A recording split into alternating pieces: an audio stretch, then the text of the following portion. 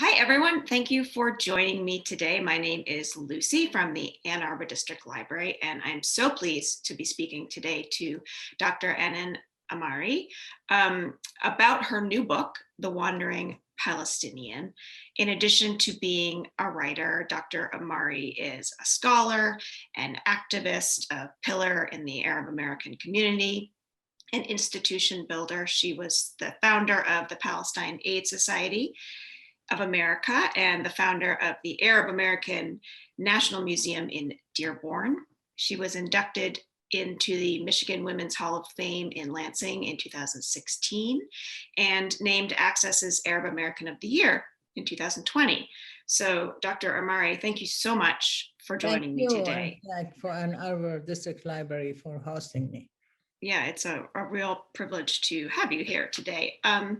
So I'd like to jump right into your book just to connect our readers and listeners to where we're starting. The Wandering Palestinian is really the second part of a memoir, right? Comes after The Scent of Jasmine. So this book starts with you arriving in Detroit from Beirut in 1974. So could you talk a little bit about what that was like? Before coming, my first book, The Scent of Jasmine, really covers my life in the Arab world. I came to the United States at age 29, so I was an adult. I had already finished my BA and master's degree, and I was working in Beirut, Lebanon, in a Palestine Research Center, living on my own. So I was an adult, so I didn't come as a young person. And I came here because I met this Arab American attorney who was visiting Lebanon, and we had this romance, and I came to visit him here in Detroit after a few months, and we ended up getting married. So it was a quick affair that ended in a marriage. But I didn't really realize how difficult immigration is. My sister was in the United States before me, and she went to university to get her PhD. So she was a student. I came not as a student, and I didn't have a green card. I did not know English well. I spoke it very little because I went to public schools, public universities in Amman and Cairo. I got my MA. So I didn't know how to drive because most people, even middle class people like myself, I grew up in a middle class professional family, we didn't need a car. Not everyone have a car, you just use public transportation.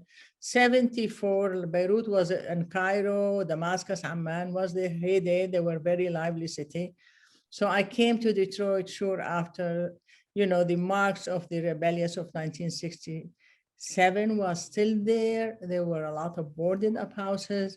There was a lot of poverty and burned down houses in Detroit, which really shocked me because I've seen poverty especially in a Palestinian refugee camp, but somehow poverty in America had a harsher tone to it because there isn't a sense of community that is poor, but there's the destruction and no public transportation. When I want to go to Plymouth by bus, and I told my husband, he said, "You can't, I have to drive you." I thought he was just lying to me.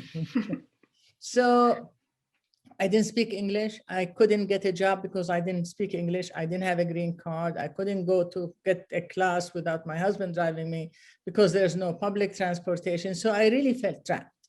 I felt trapped because I have lived on my own for a while during doing my master in Cairo. I was working. I have 2 jobs in Beirut, one in a research center, one as a journalist. And, and here I come totally dependent on my husband to take me here or there until didn't have money to buy a car. I hate the concept of dependent on my husband. I really bothered me. I come from working. My mother was a working woman. She owned her own business.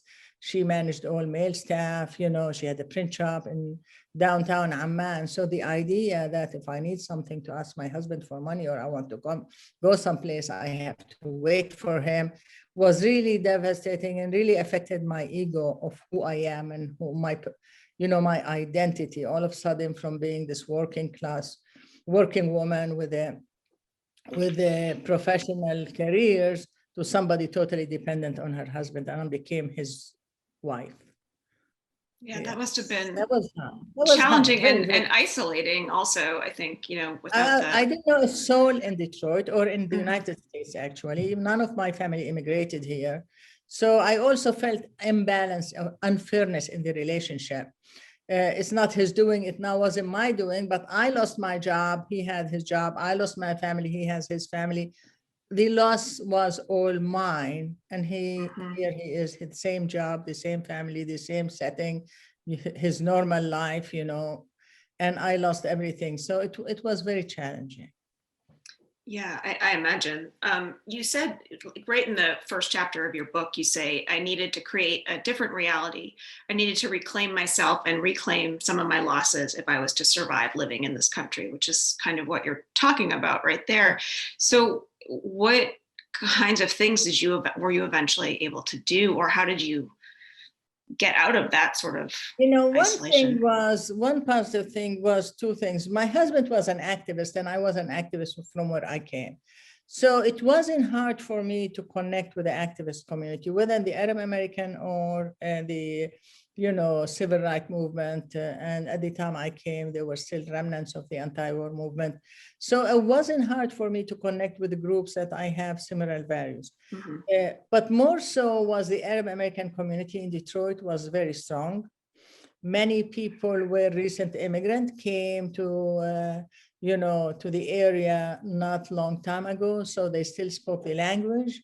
They still were organizing around issues that were close to their heart. And when immigrants come, it take a while to things to become close to their heart here. Mostly they connect, to back Mhm. home. And there were a lot of activities. So it didn't really take me a long time to connect with the Arab American community. And there were two groups of them. One group was, as I mentioned, recent immigrants, still spoke Arabic, still celebrated the holidays, whether they're religious holiday, national holiday, wedding, and it was like pretty much if you're in there, but as if you are. Actually, I learned more about village culture in America, believe it or not, than when I grew up. So I was easy to connect with them. The other group within the Arab American community were second and third generation born in this United States, and their concern was more of issues that of the United States, like, as I said, civil war, anti-war, civil movement, anti-war. So that and the combination of these two groups is really, while the new immigrant gave rise to the identity of second and third generation and ignited their Arab identity, we learned a lot from them about America and the issues of concern in this country. And there were a lot of other liberation, quote unquote, liberation or activist movement like the IRA, Nicaragua. And so we connected with those. So that was my entry actually to the American society. Yeah, that's in your book you sort of go through, I feel like, chapter by chapter and talk more about building this experience in this country. And I feel like each chapter in your book really reads like a story. And you do talk about storytelling right in the beginning. I was wondering if you could speak a little bit about the importance of storytelling to you. Storytelling is a tradition in a lot of countries, and and that's how people preserve family history, village history, town history. Like, these events become, people sit socializing, think about it before television was invented. And like, I remember still sitting around radio as a family to listen to news or to listen to so socializing was mostly done by people visiting each other. And when people visit each other, they tell stories about, it could be about one person of the family that something happened to them. It could be about political events. And for me, I think the some of memories I have, I would think couldn't have survived in myself, in my brain, if it's not for storytelling. For example, my family became refugee in 1948 when they were pushed out of Jerusalem. And my mother is from Damascus, so they sent us with a cousin, my parents, me and my sister, to Damascus, and we stayed there for a year before we were able to reunite with my parents.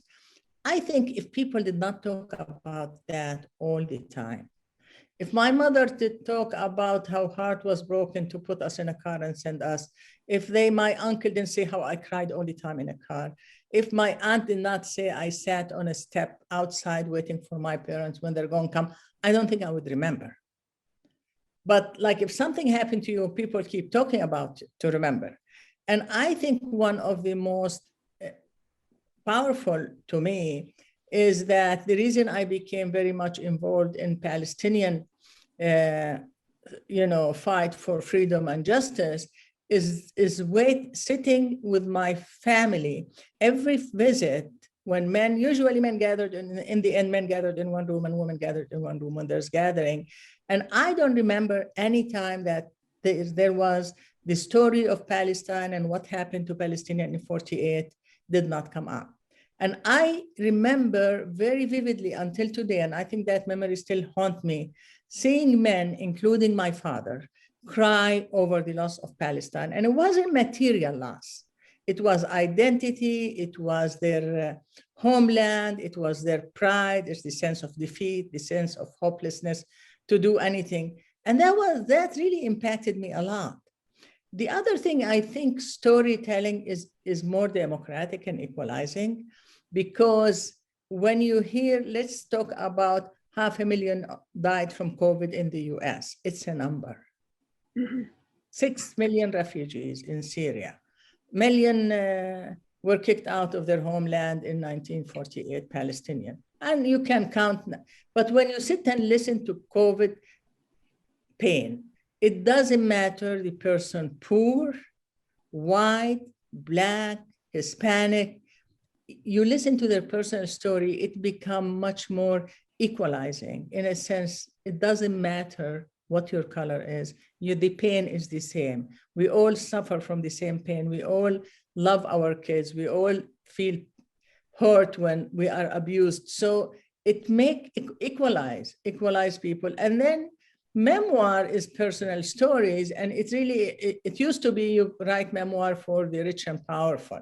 It's not anymore, because every story matters. And I think in this country, in the last 15 or 20 years, we saw acknowledgement of the importance of storytelling.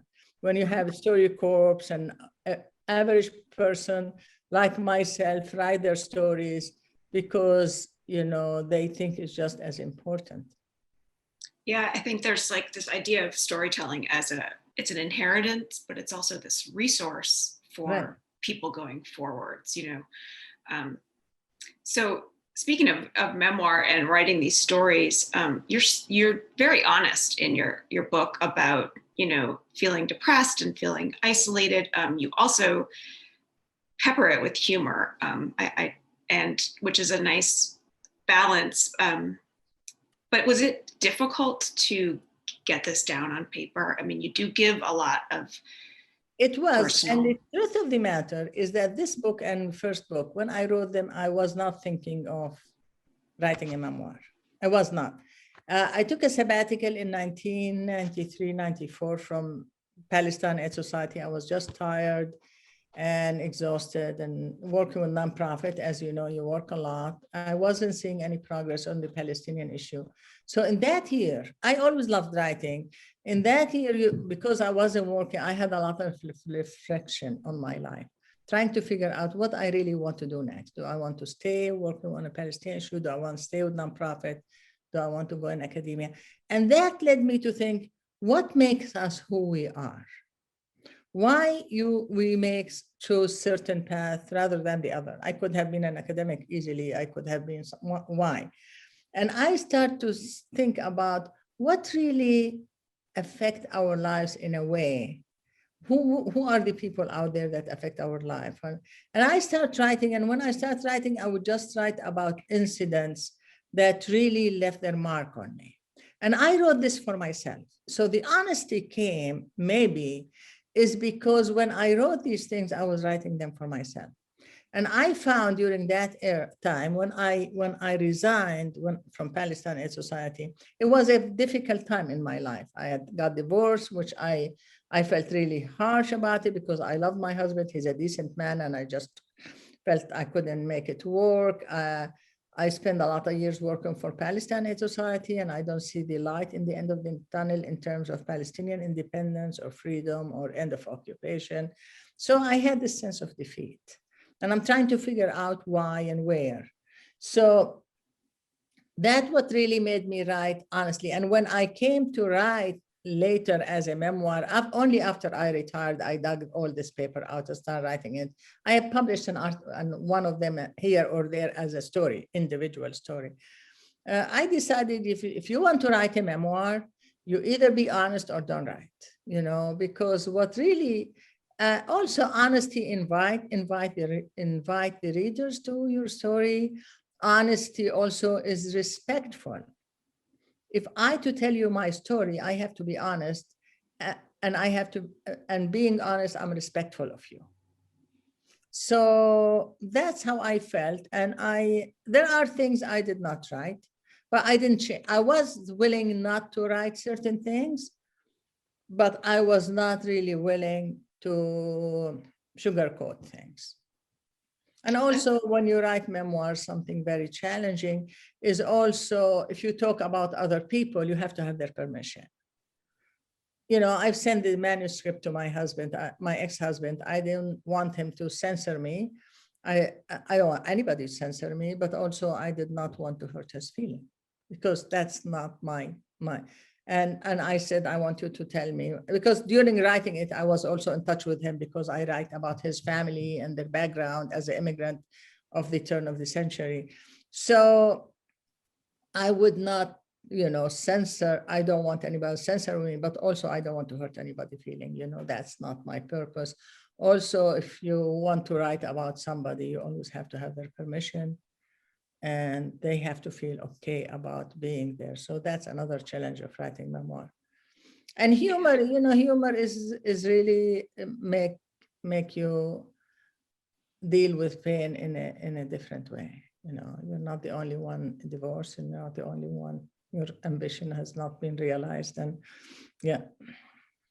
Yeah, well, and I think the humor is also inviting to your readers, like you were saying. It's interesting to hear you say that honesty is an invitation to your readers to be like, I'm telling you about the good and the bad, and the humor, I think it does that too. It creates a connection. And I just wanted to ask you about a couple of the specific stories in your book. You talked a little bit about it, but the one, the chicken and the egg, the idea behind that, I wonder if you could elaborate a little bit on. The chicken and the egg, like I came to the United States and I didn't know how to drive, as I said. I didn't speak English, and I didn't have a green card. I needed a green card to work. So which one I needed first? Shall I first learn English? I need to learn English so I can have a job, and I have to have a job so I can buy a car or go to school. So it's like, what there are three things you have to have the same. It's like, which come first? Do I have to have a green card, but I can't get a green card because I don't speak good English? I don't know the history of this country. Well, to learn English, I have to go to school, and I have to learn the language. To go to school, I have to have a car, or I have to have public transportation. So it wasn't as easy as most people think, Maybe in a city like New York or San Francisco, Washington, D.C., when there's decent public transportation, it becomes easier. Maybe when you come as a student, you're already connected to an institution of the university. There's clubs of different ethnicity, you connect with them. That's what happened to me when I went to Wayne State University. They were the Arab student organization, and you make friends immediately. There's your advisor. So the other thing that really, I was shocked. I really was shocked. Two things. One is that there is no store you could walk to buy a loaf of bread in Detroit, in where I lived. Until now, most of the city is like that. Number two, there's no public transportation. So how do you get from one? Number three, and I mentioned it, like I got my BA in Amman University. I got my master from Cairo University. And the tuition for 6 years of university was less than what I paid for one class of English for foreign student, was less. So that, like, as I say, like, I thought the guy was lying to me. I thought it's $20. He insisted 200. And I said, what do you think? I'm dumb because I don't speak English. He's trying to cheat me. This is honestly what I thought, so you don't know where to start. I mean, and I'm thinking of somebody who's highly educated, urban, middle-class woman, married to somebody who's well-to-do financially.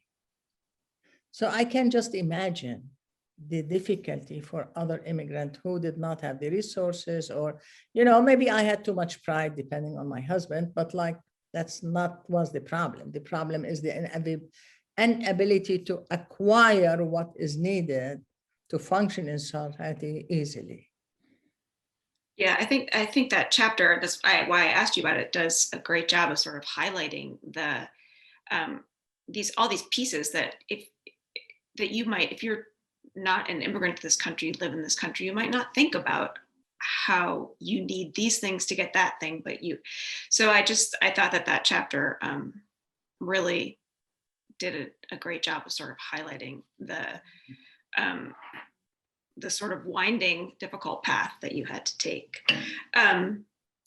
I do want to ask you about the founding of the museum, and especially, we talked about being a storyteller, and I kind of view that as it's like an extension of collecting stories. But I thought in the book, the process that you wrote of going through that was really fascinating, and some of the people that you sought out. And if you could just talk a little bit about how you even learned to build a museum, that'd be great. I don't know that I learned to build a museum, and I had a meeting with one guy that we became friends from the Smithsonian. He was in charge of Smithsonian affiliate before we opened the museum. And I want to talk to him, and he said, do you have a collection? And I said, no. And he said, I will go and build a museum without a collection. And I didn't have an answer for him. And then he told me, it's good you didn't listen to me, because, my work, I think, with Palestine Aid Society really prepared me to this work. It might sound to most people that is absolutely different, but they're not. Because I worked with Palestinian community, but the organization I worked with, the Palestine Aid Society, membership was open to Arab, non-Arab, it didn't matter. If you agree with us, you are welcome. And it was a national organization, so I knew people all over the country. And I learned from, we connected with the Japanese American National Museum. I searched for museums that are ethnically specific. I searched for museums that they think of themselves as a community-based museum. And I learned a lot from these people. They really helped us a lot. The Henry Ford, although it's totally different museum, helped us a lot. I would say two things. One of them, and I brought with me the knowledge of the community. I brought with me to the job a very well connected with the community, and the community, I would dare to say, that respected me and were willing to help me. And also I brought the skills of fundraising. I'm a writer, and I kept thinking of the museum. When you write a book, you say a lot and you have few pictures. Now we're going to reverse this. That's the way I approach it.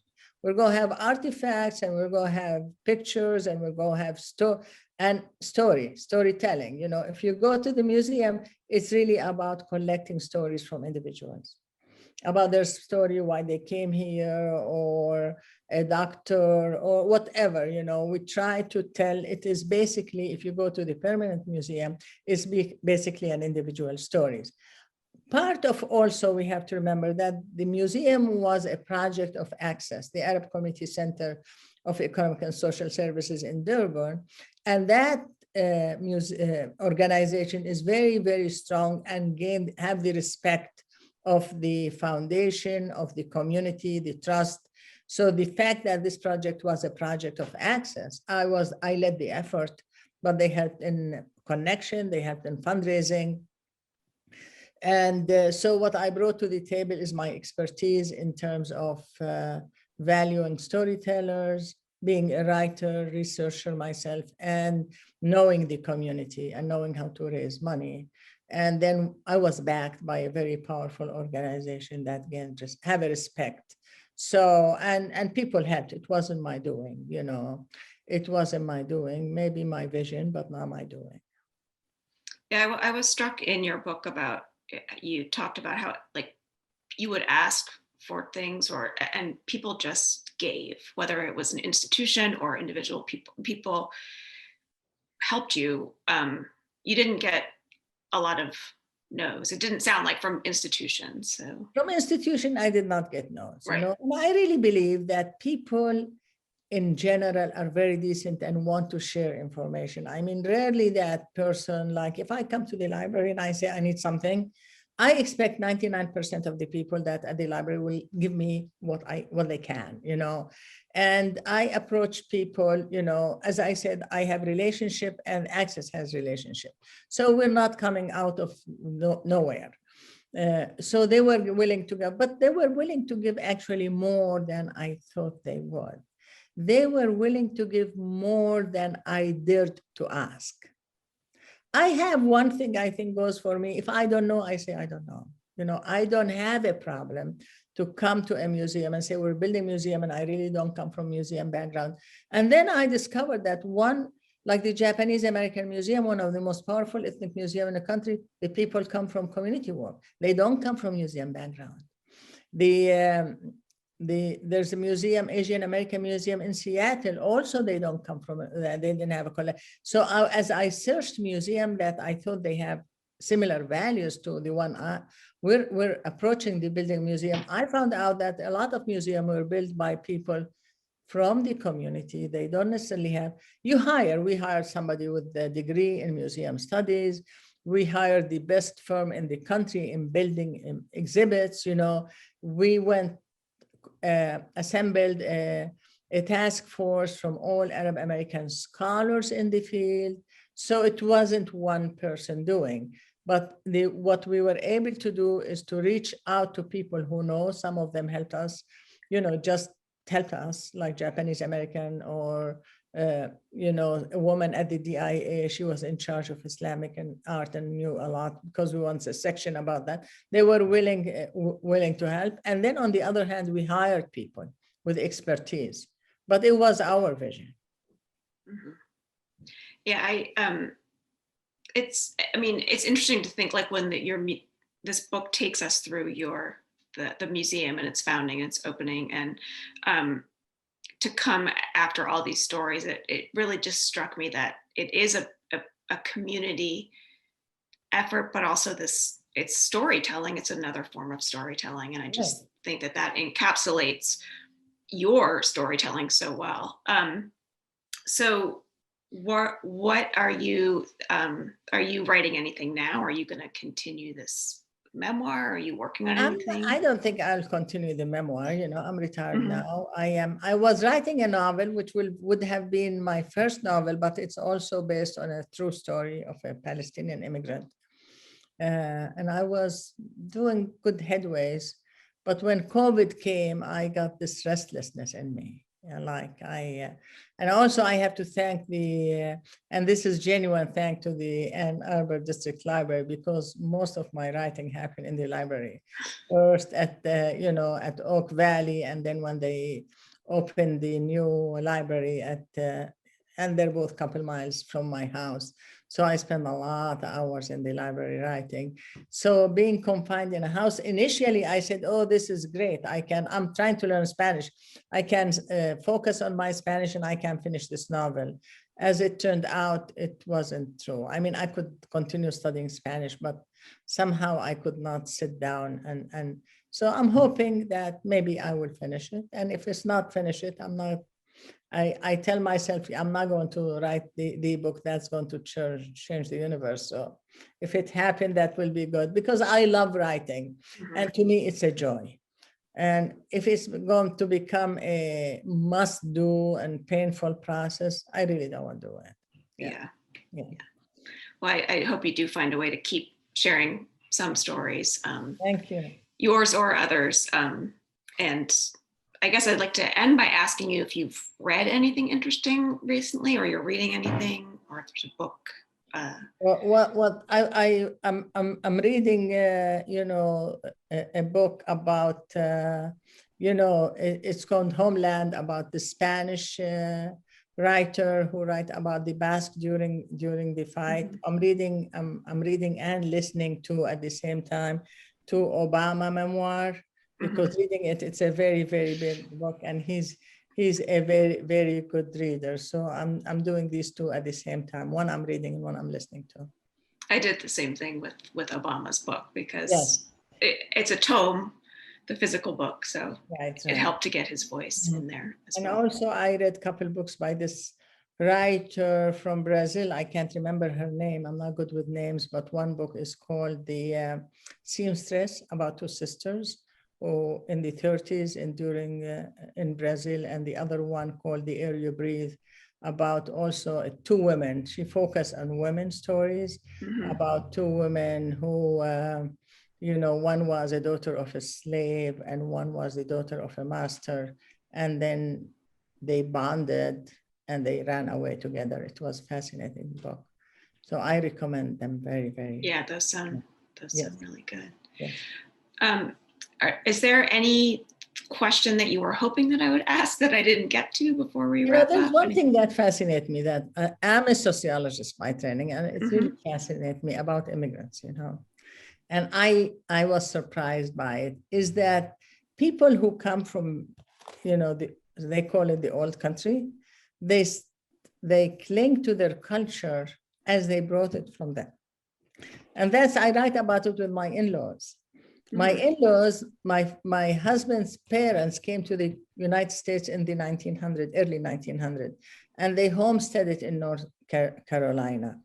And they moved to a small town in Michigan, Mansalona, the name of the town, Mansalona.